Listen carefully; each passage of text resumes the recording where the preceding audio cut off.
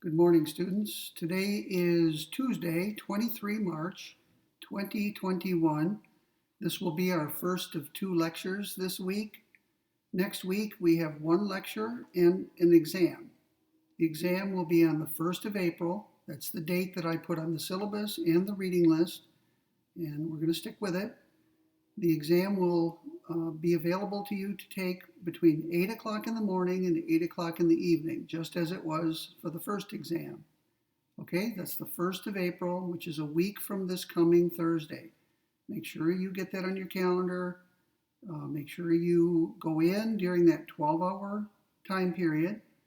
The exam itself is 1 hour and 15 minutes. So once you get started, you'll have 75 minutes to complete the exam. The format is the same as the first exam, which means 10 true-false questions and 30 multiple-choice questions. The four essays that will be covered on the exam are listed on the reading list. And we're about to start the final item before the second exam. It's an essay by a philosopher named John Hardwig, and the title is provocative: Is There a Duty to Die? The article was published in 1997, 24 years ago this year. Okay, I went ahead and posted my lecture notes on Canvas for you, so if you'd like, you can print them and follow along as I lecture. I'm going to cover roughly 1/3 of the essay today. When we have our second lecture this week, we'll cover the second, third, and then when we have our lecture next week, we'll finish things up. Okay, let's get started. I have some biographical information about Hardwig. I've been doing this all along on the assumption that you may be interested to know about the authors of the essays that we're reading. John Robert Hardwig, the author of our essay for today, was born in 1941, which means that sometime this year he will be 80 years old. I don't know when his birthday was, but he'll be 80 years old sometime this year. I believe he's still alive, and that's just from checking Wikipedia. He was 56 years old when this essay was published, so quite a bit of time has passed. He received a Bachelor of Arts degree, magna cum laude, which means with big or great honors, from Yale University, and he went on to receive his PhD or doctoral degree in philosophy in 1967, and he received that degree from the University of Texas at Austin. So we know he's lived in Texas for a few years. Where he was born, I don't know. Perhaps he's a native Texan. His PhD dissertation, written at the University of Texas at Austin, was entitled Autonomy and Rationality in Moral Decisions. Now, Hardwig is taught at many universities. He has jumped around a lot. So let me give you a list. He began teaching at Wellesley College in Massachusetts, probably shortly after receiving his doctoral degree. He then went to the University of Tennessee, which is located in Knoxville. That's the main campus. From there, he moved to Humboldt State University in Northern California, a town called Arcata. He then went back to the University of Tennessee. Now, I don't know what the circumstances of that were. Maybe he had a 1 or 2 year appointment in California with the understanding that when it was over, he would come back to Tennessee. I'm just guessing. From the University of Tennessee, he moved to another college in Tennessee called Maryville College. And again, I have no idea what the circumstances were. So he went from a major state university to what appears to be a small and perhaps private college. From there, he went to East Tennessee State University, which is located in Johnson City, close to the Virginia border. And guess what? From there, after spending a few years there, he went back to the University of Tennessee in Knoxville. So he has had 3 separate stints teaching at the University of Tennessee in Knoxville. In 2010, he retired from active teaching although not from scholarship. In other words, he continued to read and think and write and publish, but without teaching responsibilities or service responsibilities. So in 2010, when he was 69 years old, he retired from the University of Tennessee as an active professor, and he has since then been called Professor Emeritus at the University of Tennessee. He served a total of 10 years as the chair of the department while he was there. Okay? Now, Hardwig has written many articles and at least one book. His book is actually based on this article that we're about to start discussing in a few minutes. The title of his book, which came out in the year 2000, is There a Duty to Die? And Other Essays in Bioethics. So Hardwig's specialty, if you want to call it that, is bioethics. And that's, of course, the topic of the course that you're enrolled in right now. What happened is the article that he published, which we're about to read and discuss, it was so provocative and so interesting that it was turned into a book. Now, the book consists of that article as he published it originally, together with a number of commentaries on that article by other philosophers. And Hardwig then responded to all of the critical articles. He called it his reflections. He provided reflections on not only his original article, but all of the commentaries that were published along with it. He says the following in the introduction to that book. He says, "My view that there is a fairly common duty to die is definitely a minority opinion, far from the prevailing wisdom of bioethics." So he knew at the time he wrote this article, and of course he probably still believes, that the article went against the grain. Probably most of his colleagues who work in this area disagree with him. Hardwig argues that there is a duty to die, and many or most philosophers who work in this area think there is no such duty. Now, that doesn't mean Hardwig is wrong. I'm not at all suggesting that who's right and who's wrong depends on a head count. I mean, philosophy is not a democracy where whichever view is the most popular is the true view or the only acceptable view. Philosophers, in fact, take pride in making provocative arguments for their conclusions. And I think that's why Hardwig wrote this article, frankly.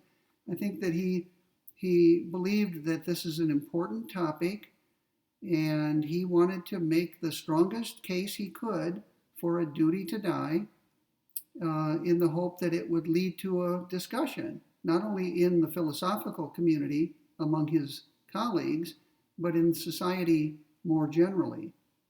So I'm sure he's proud to have written it, glad that he wrote it. He stimulated a dialogue on the topic, and I think in many cases that's what a philosopher hopes to do, start a dialogue, a discussion. It's an important topic, and we should be discussing it. And so we should be grateful that Hardwig at least raised the topic, even if we think he's wrong about it. The essay in question that we're about to discuss has been reprinted at least 15 times. And that's a measure of how provocative and important an article is. If it gets reprinted in collections of essays, often meant for students to discuss, that's a sign that the article has something important to say. Right? It deserves to be reprinted, and it deserves to be kept in circulation, if you will. Okay, at least 15 reprints. So today what I propose to do is to discuss the introduction to the book and the section entitled Circumstances and a Duty to Die. Okay, and that'll take us about a third of the way into the article. And when we meet again later in the week, we'll pick up with the section entitled The Individualistic Fantasy. So let's get started on the introduction. Hardwig points out that the whole idea that individuals may have a duty to die or do have a duty to die strikes many people as ridiculous. And many people have ridiculed it, the very idea that there's a duty to die. Hardwig mentions a case involving the governor of Colorado, a man named Richard Lamm, Lamm. While governor of Colorado, Richard Lamm suggested that maybe people have a duty to die, old people in particular, have a duty to die, and as he put it, get out of the way. Now that speech of his created a firestorm of controversy. People didn't just make fun of it, they were outraged at the very idea that someone might have a duty to die and stop using scarce medical resources. Hardwig points out, in connection with that Lamm story, he says that the idea of a duty to die is, quote, a fairly common slippery slope argument. Now, I put the word slippery slope in there. He says a fairly common argument, and I'm characterizing that argument as a slippery slope argument. And I'll tell you what that is in a moment. So let me go back and read what Hardwig says. This idea that there's a duty to die is, quote, a fairly common argument against legalizing physician-assisted suicide. He says that on page 34 of his article. Now, what is the argument he's talking about? The argument, let me give you the gist of it, and then we'll break it down in a more formal way. The argument is that if we impose a duty to die on citizens, especially older, vulnerable citizens, they will feel pressure to die. If we claim that there's a duty to die, old people will accept that there is, and they will therefore feel pressure to end their lives. And that would be terrible, I think most people would say. It's terrible. It would be terrible if old people who are already suffering from various ailments and the effects of aging, if we put a guilt trip on the elderly and made them feel as though they were shirking their duty by just staying alive. So the argument goes like this. Here's the first premise. If physician-assisted suicide is legalized, right, and if we say that there's a duty to die, then the very act of legalizing physician-assisted suicide will give credence to the idea that there's a duty to die, which will in turn lead to old people being pressured and feeling pressured to end their lives. So let's stop right there. This is just the first premise of the argument. Remember, it's an argument against physician-assisted suicide. Remember the Morris case that we discussed from New Mexico? That was about whether people in New Mexico have a constitutional right to end their lives with the assistance of a physician. All right, we'll call that physician-assisted suicide. So here's the first premise of the argument. If we legalize physician-assisted suicide, if we make it legal for people to end their lives, then once the idea of a duty to die enters into people's minds, they will start to feel pressure to end their lives by going to a doctor and getting a lethal dose of medicine prescribed, a lethal dose of a drug prescribed, and therefore to end their lives. So that's the first premise. If we legalize PAS, then old people will end up feeling pressure to end their lives. The second premise of the argument simply asserts that it's a bad thing for old people to feel pressure and to be pressured to end their lives. Now, what do you get when you put the two premises together? The first premise says if we do a certain thing, namely legalize physician-assisted suicide, then this very bad thing will happen. The second premise says that that thing is very bad and we shouldn't do anything to bring it about. The conclusion is that we should not legalize physician-assisted suicide. So really, all it does is draw out the bad consequences of doing something. If we do this, this will happen. The second premise says that thing that will happen is very bad. The conclusion, therefore, is that we shouldn't do that thing that will lead to that bad outcome. Now, this is called a slippery slope argument. Let me explain the imagery or the metaphor. Imagine you are walking along the ground, a flat piece of ground, and you come to a precipice, a slope, right?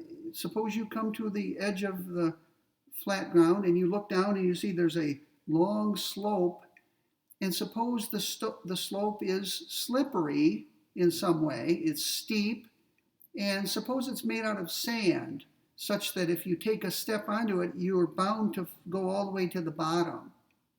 Or maybe it's icy, something, or oily. Something makes that slope slick or slippery. Now, suppose when you look down, you see something very bad or dangerous at the bottom. It could be anything you want. Snakes waiting for a victim. It could be crocodiles.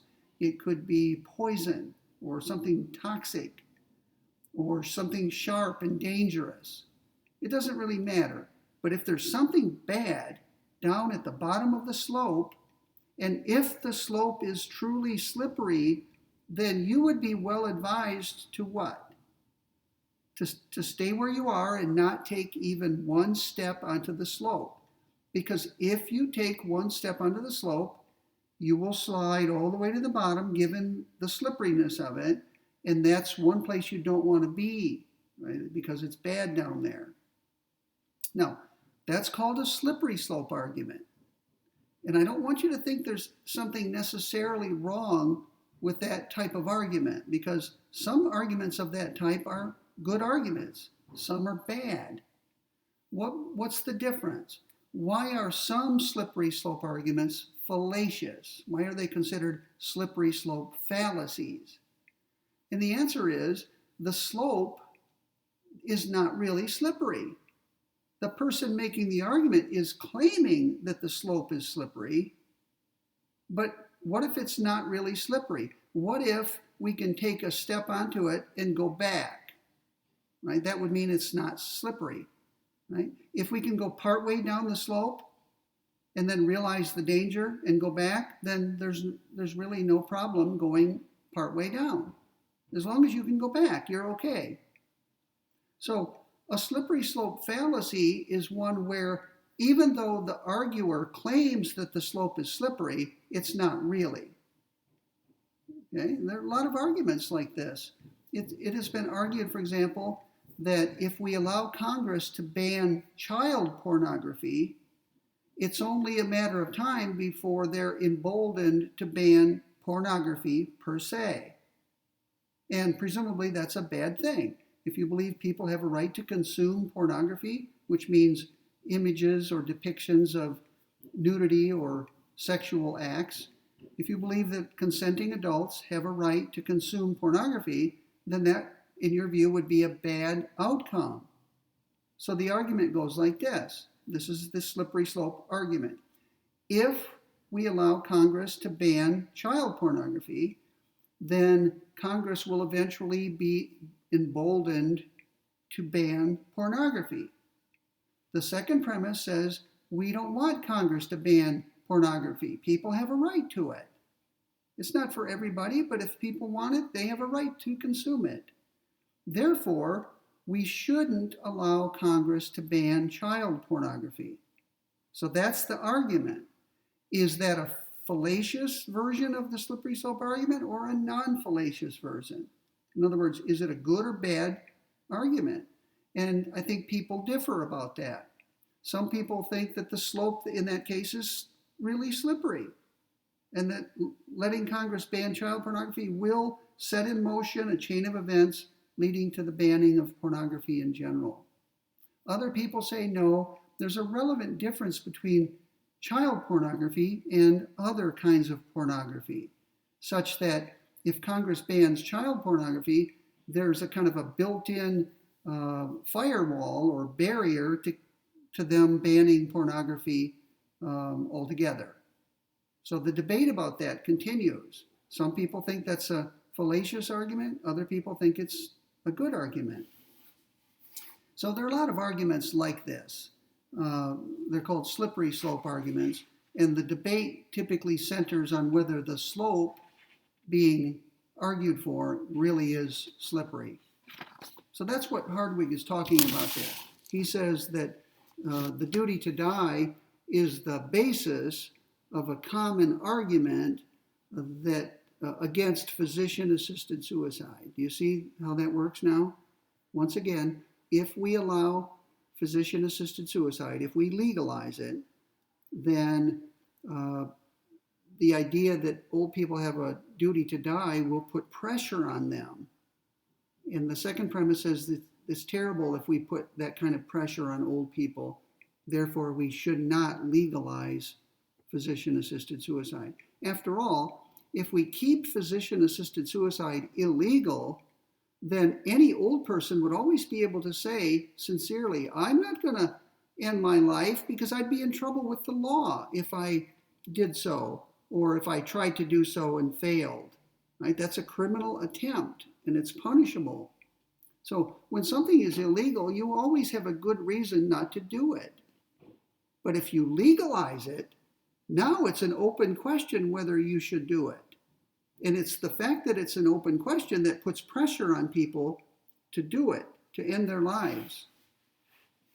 Okay, so that's what a slippery slope argument is. Now, what if I said on the exam that's coming up next week, what if I said true or false? All slippery slope arguments are slippery slope fallacies. True or false? That's false. Do you see why? Not all slippery slope arguments are fallacious. Some are, some aren't. What if I said all slippery slope fallacies are slippery slope arguments? In other words, what if I turn it around? That's true, isn't it? If you've got a slippery slope fallacy in front of you, then of course it's a slippery slope argument. So all slippery slope fallacies are slippery slope arguments, but not all slippery slope arguments are slippery slope fallacies. And I hope you keep that in mind, because some people use the term slippery slope as though all such arguments are fallacious, and that's just not the case. If the slope really is slippery, then it's a good argument.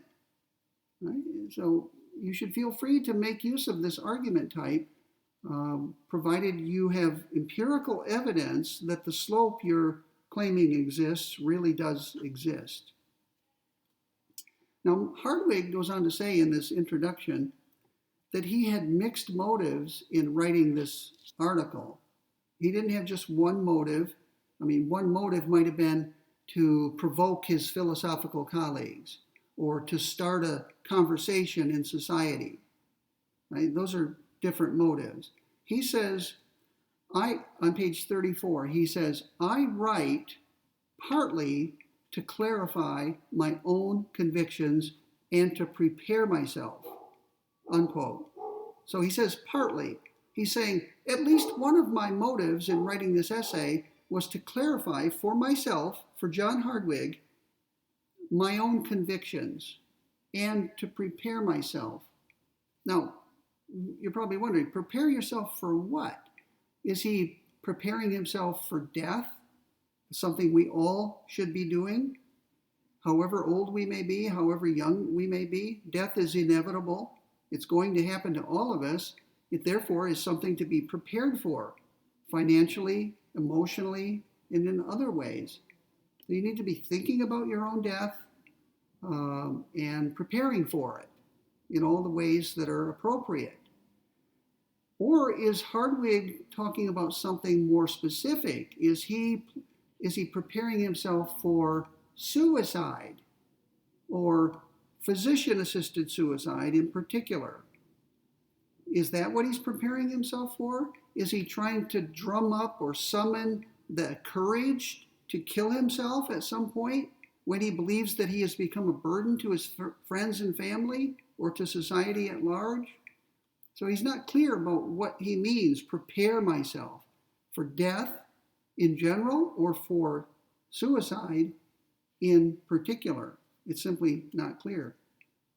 He also says this on the same page, he hopes that his argument, quote, will be persuasive to those holding a wide variety of ethical views, unquote. So that's interesting. He's saying, I don't have in mind a particular audience for this argument. I'm not directing my argument to people who are utilitarians about ethics. I'm not directing it to people who are Kantians or ethical egoists or contractarians. In other words, he's not directing it to people of a certain theoretical mindset. He's directing it to the world at large. He's saying, I think everybody, whether you're a utilitarian or a Kantian, everyone needs to come to grips with this question I'm raising. Is there a duty to die? And if so, what's the basis of it? I mean, what creates this duty that we have? And to whom does it apply? When does it apply? Under what circumstances does it apply? So the simple question, is there a duty to die, which is the title of his essay, gives rise immediately to a whole range of other questions, so that you could write a whole book on this topic, not just an article, but a whole book. Okay, and one final point before we move on to the next section. Hardwig's argument is interesting for the following reason. His premises are pretty mild and pretty, not at all provocative. They're premises that most people, I think, are willing to accept. And yet the conclusion that he draws from those premises is quite wild and shocking. So here's an argument made by Hardwig that has mild premises and a wild conclusion. And that's an interesting kind of argument. Some arguments go the other way. Some arguments begin with wild premises and they end up with fairly mild conclusions. There's a famous argument by Thomas Hobbes that goes like this. Hobbes assumed as one of his premises that people are self-interested, that everyone is motivated all the time by the pursuit of his or her own self-interest.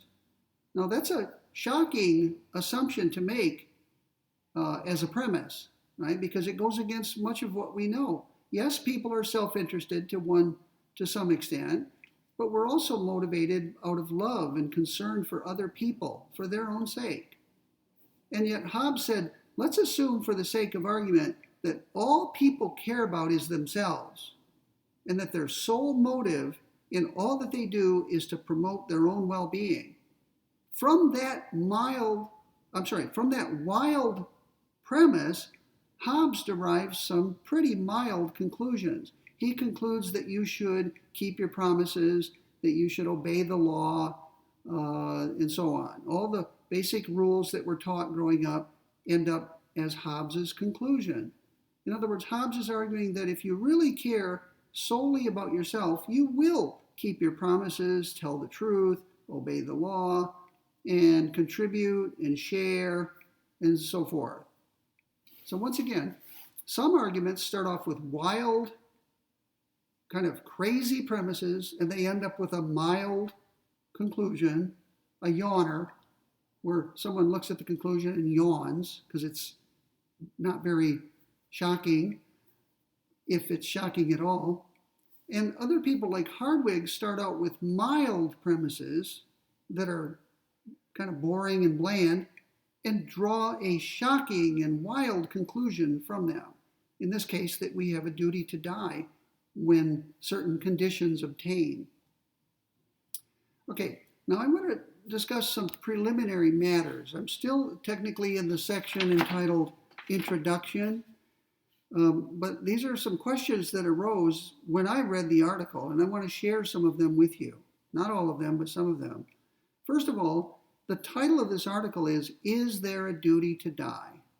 Is Hardwig talking about a moral duty or a legal duty, or both? It's not clear. There is a difference between having a moral duty and having a legal duty. I have a moral duty to keep every promise I make, but I don't think anyone would say I have a legal duty to keep every promise I make. If I promise my children that I'll take them to Disney World this summer, that of course creates a moral duty in me. But it's not a legal duty, and if I break that promise, my children can't call the police and have them investigate me for breaking a promise, right? The law has nothing to say about that kind of promise. So the law is one thing and morality is another. Now, they may be connected in interesting ways, but what I'm saying is they're not identical. Moral duty and legal duty are not identical. That means it's possible to have a moral duty to do something without having a legal duty. And it's possible to have a legal duty without having a moral duty. So Hardwig owes us an answer to this question. Is he saying that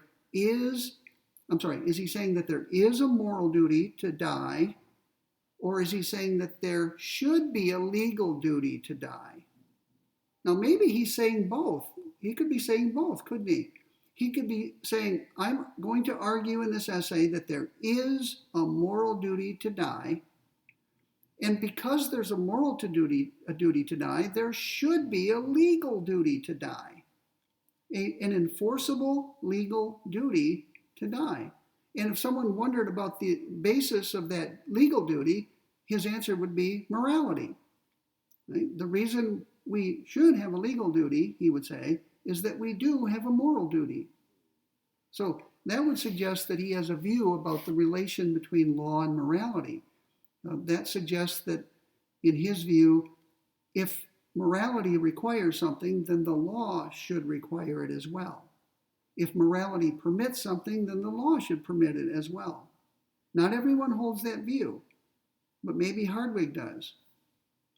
So I'm going to interpret Hardwig from now on as arguing that there is a moral duty to die. Let's just leave the law out of it, because that's a further step, and I don't want to saddle Hardwig with the view that there should be a legal duty to die. He doesn't say much about it, first of all, if anything, so we would really be putting words in his mouth if we went that far. But clearly, he's at least arguing that there is a moral duty, and he gives reasons why there is such a duty, and we'll get to those in due course. Next question. Duties are typically divided up into two types, positive duties and negative duties. If I have a negative duty, I have a duty to leave someone alone. So if I have a negative duty I may have a negative duty not to kill someone, or not to batter someone, or not to steal from someone. Okay, that's a duty not to do something. A positive duty is a duty to do something. So maybe I have a positive duty to rescue people when they're in danger. That would be a positive duty. A negative duty would be to refrain from killing people. A positive duty might involve saving people's lives when they're in danger. So do you see the difference between a positive and a negative duty in general? If Hardwig believes that there's a moral duty to die, the natural question is he talking about a positive duty or a negative duty? If there's a positive duty to die, that means you have a duty to do something. In this case, to end your life. It would be a duty to kill yourself, a duty of suicide when you're in the circumstances that call for dying. If you have a negative duty to die, then your duty wouldn't be to do something, it would be a duty to refrain from doing something. For example, what if I've become a burden to my family? I'm getting a little bit ahead of myself because this is the basis for Hardwig's duty to die, when you become a burden. Suppose I've become a burden to my family and to society as a whole. Suppose one day I'm taken to the emergency room and I need to be hooked up to certain machines to keep me alive. If I have a negative duty to die, that means I have a duty to refuse to be hooked up to the machines. Right? I have a duty to die in the sense I have a duty not to do things to keep myself alive. So notice, a negative duty to die means a duty not to keep yourself alive. A positive duty to die is a duty to end your life by causing your death. And it's not clear which of these Hardwig is advocating. Is he advocating that when you're in a situation where you have a duty to die, is he advocating that you act in such a way as to bring about your own death? Or is he only advocating that you not take steps to keep yourself alive by being hooked up to life support systems or taking drugs to sustain your life, that sort of thing? Okay, are you with me? So this is another question I had when I was reading Hardwig's article, and I'm not sure how he would answer it. Is the duty to die positive, negative, or perhaps both? Okay, now I would think that since the negative duty to die is weaker than the positive duty, you would think that Hardwig would at least endorse a negative duty to die. Whether he would take a step further and endorse a positive duty to die, I don't know. He doesn't talk much about the practicalities of this duty at all. Right? He's giving an argument for a duty to die and not getting into the nitty-gritty details. Next question. Duties are said to be either prima facie or absolute. An absolute duty is a duty that you must carry out without any exceptions. A prima facie duty, and I know this term has come up in this course already, so you should remember it. A prima facie right, a prima facie duty. A prima facie duty is a duty that you have unless there's some other duty you have that's stronger and outweighs it. So think of the scale metaphor that we've been using. Suppose initially they're in equipoise. The two platters of the scale are balanced like this. If you have a prima facie duty to do something, that has the effect of lowering this scale. Okay? The duty is on this side of the scale, this platter over here. Now, there may well be another duty on the other platter that outweighs it, like this. So when we're talking about prima facie duties, what that means is put all your duties on the scale, on whichever side they belong, and when all of your prima facie duties have been put on the scale, see where it ends up. If it ends up like this, then this would be your weightier duty, and this would be the act you must perform. If it ends up like this, then this one here would be the one I'm shaking here, would be your weightier duty, and that would be the act you must perform. So here's my question for Hardwig. If there's a duty to die, is it a prima facie duty that can theoretically be outweighed by other duties, or is it absolute? In other words, an absolute duty is one that must be carried out no matter what other duties you may have. If you were to ask me which of these Hardwig has in mind, I would say the weaker one. Right? We don't want to attribute the stronger, less plausible view to Hardwig. That's not fair to him. So unless he tells us explicitly that he has in mind an absolute duty, we should interpret him charitably, lovingly. We should interpret him as making the weaker claim, which in this case is prima facie duty to die. And that leaves it open that there could be countervailing considerations that are weighty and even weightier than the prima facie duty to die, is such that your prima facie duty to die is outweighed and you do not have an obligation, therefore, to end your life or to allow your life to end. Next question. Rights and duties are said to be correlative. It's a common view that whenever somebody has a right, at least one other person has a duty. Now, maybe everyone else has a duty, but I'm just weakening it and saying at least one other.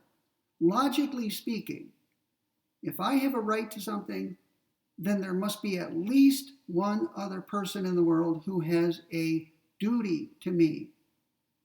And if I have a duty, to do something, then at least one other person has a right. Now, that view is not as widely held as the first one. Carl Cohen disagreed with that, didn't he? Remember the animal experimentation essay? Carl Cohen said we have duties to animals, but that does not correlate with the animals having a right against us. He rejected the whole idea of animal rights. Animals have no rights. Only humans have rights. So, the view that if I have a right, someone must have a duty is very widely held. The converse of that, which is the view that if I have a duty, then someone has a right, that view is not as widely held. Carl Cohen, for example, does not hold that view. So here's the question. Suppose Hardwig is right that there is a duty to die. Is there a correlative right? And if so, who has it? Who specifically has the right that I die? If I have a duty to die, someone evidently has a right that I die. Who would it be? My family? Would it be society as a whole? Who can enforce my duty? Who can stand up and say, Keith, you have a duty to die, and I have a right to enforce it and see that you comply? Is it my family who is being burdened by my existence? Is it society as a whole?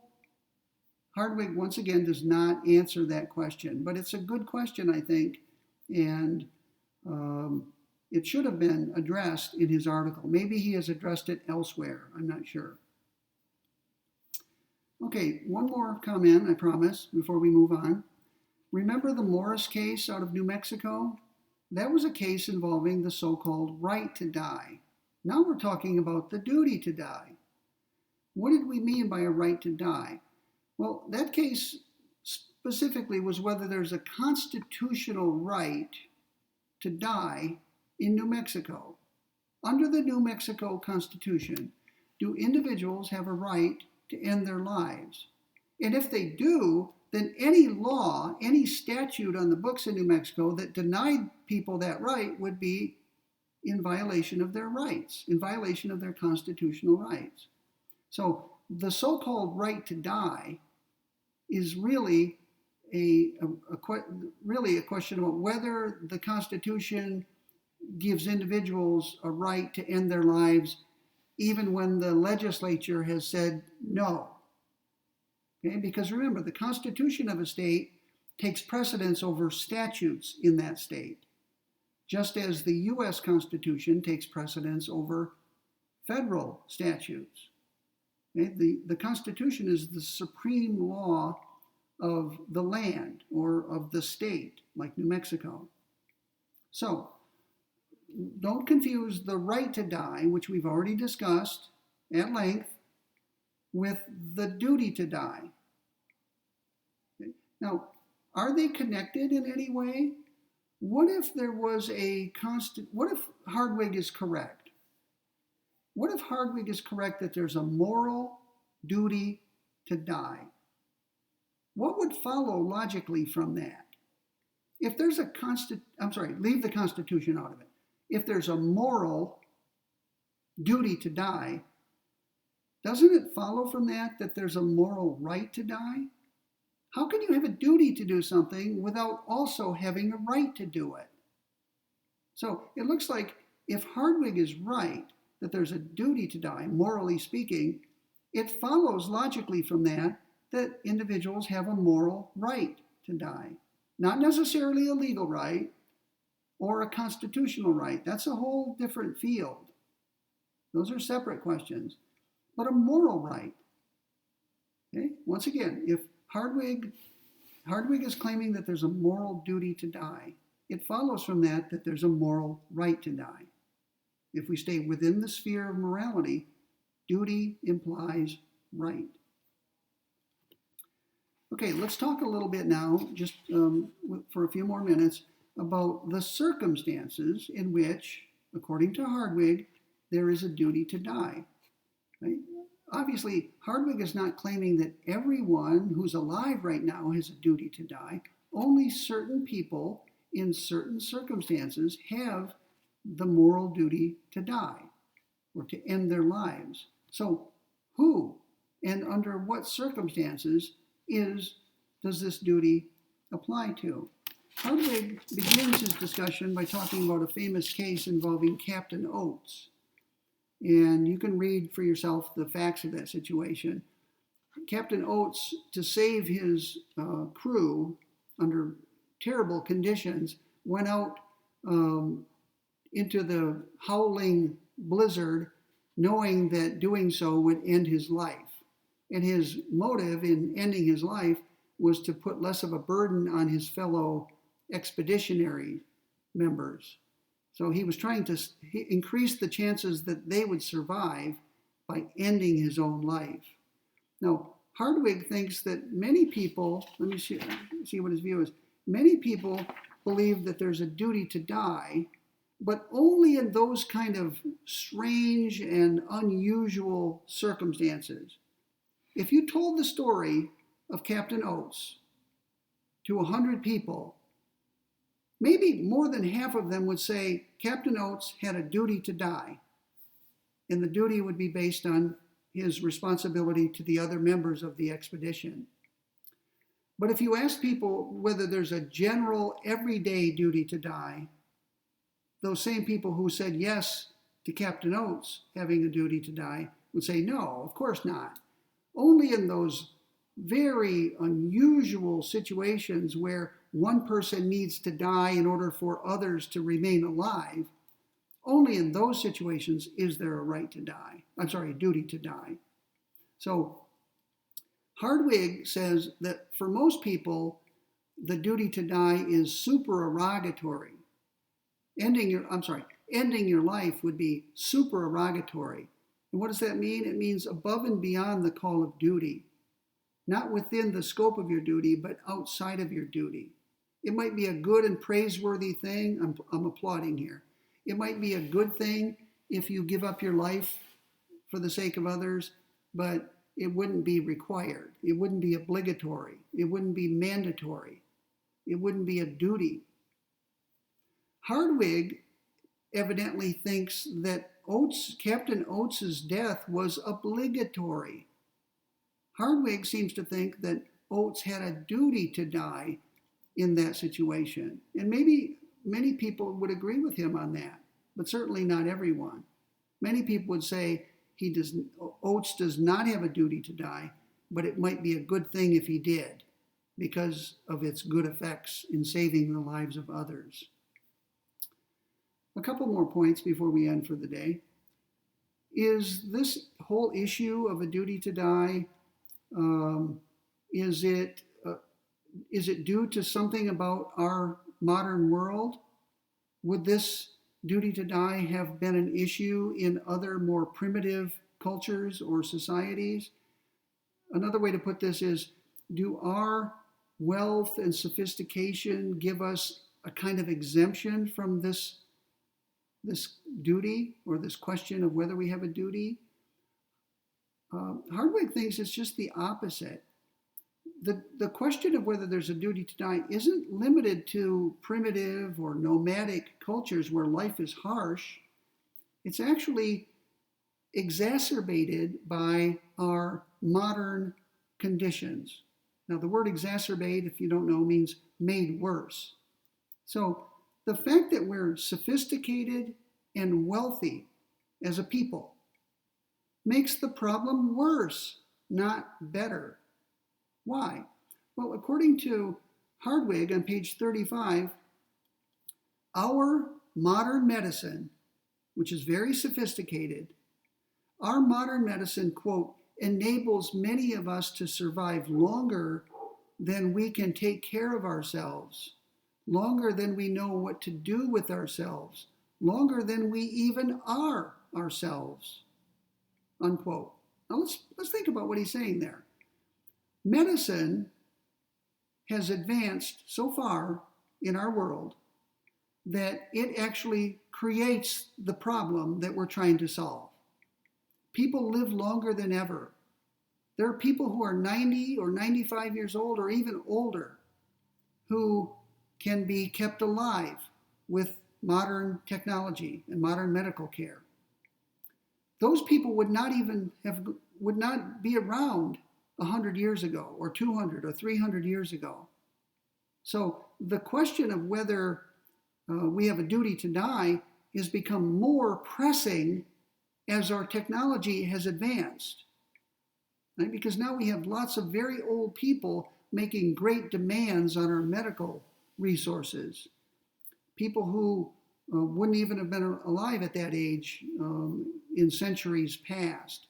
So in a way, this article came about because the issue became real and pressing for the first time.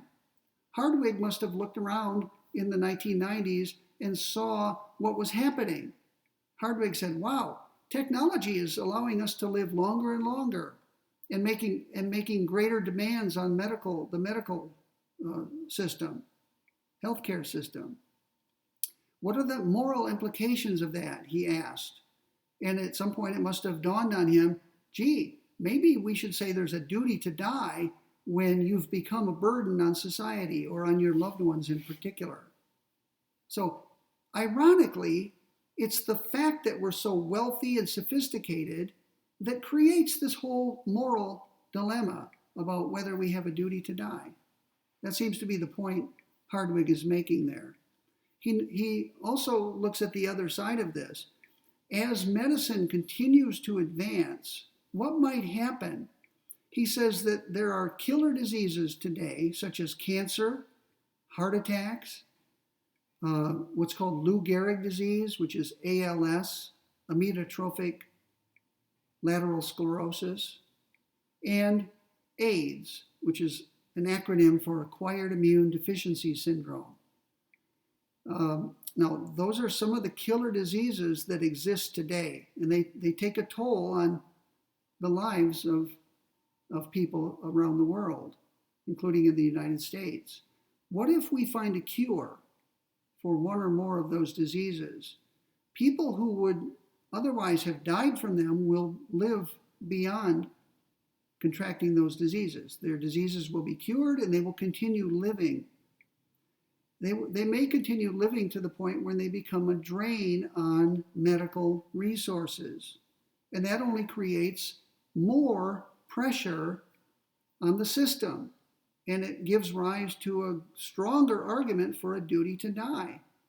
So if we look backward, we can see that where we are now creates a greater pressure on healthcare resources than in the past. And if we look ahead at the curing of certain diseases that currently take a lot of lives, the problem is going to become more acute, more pressing. So the trend is bad, Hardwig seems to be saying. These developments could generate a fairly widespread duty to die. So the argument for a duty to die, if anything, is going to become more pressing and more powerful as time goes on and we live longer and longer because we've cured killer diseases. A final question before we break for today. Is Hardwig limiting his argument to people who have a terminal illness? Is he arguing that people who are a burden to others and terminally ill have a duty to die? Or is he arguing that people who have become a burden on others have a duty to die? Leaving out whether they have a terminal illness, it seems to be the latter. Hardwig says on page 35, there may be a fairly common responsibility to end one's life in the absence of any terminal illness at all. And that makes it pretty clear that he's not limiting his argument to the class of people who are both a burden on society and terminally ill. Right? That's not his target audience, He's looking at people who are a burden on society or on their family members. They're the ones who have a duty to die, whether they're terminally ill or not. Okay? The terminal illness is not the key element of his argument. It's the fact that people are burdens to their loved ones and perhaps to society at all. Now, One danger of this way of arguing, and you may have noticed it already, if we say that because X is burdensome to others, X has a duty to die, are only old people burdensome to their loved ones? Well, children are burdens, aren't they?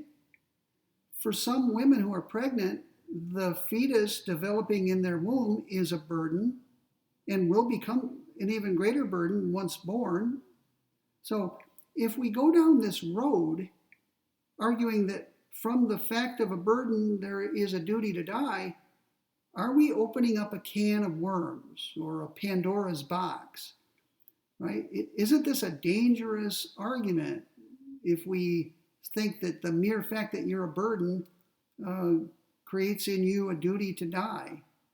Because not only old people are burdensome to society or to their families, children are burdens, or particular children who have disabilities of various sorts, or developmental problems. That can be a tremendous burden on a family. Do we want to argue that the child has a duty to die and get out of the way to make life easier for the family members? Do we want to argue that anytime a fetus is a burden or a prospective burden to a pregnant woman, she has a duty to end its life? So we need to be careful with this argument because it creates an opening for a much larger class of people or individuals who have a duty to die. So, as you can see, this article of Hardwig's was very fertile. It gave fertile, F-E-R-T-I-L-E. It created all kinds of additional questions and puzzles. It was very popular article for a while and continues to be read and discussed and criticized.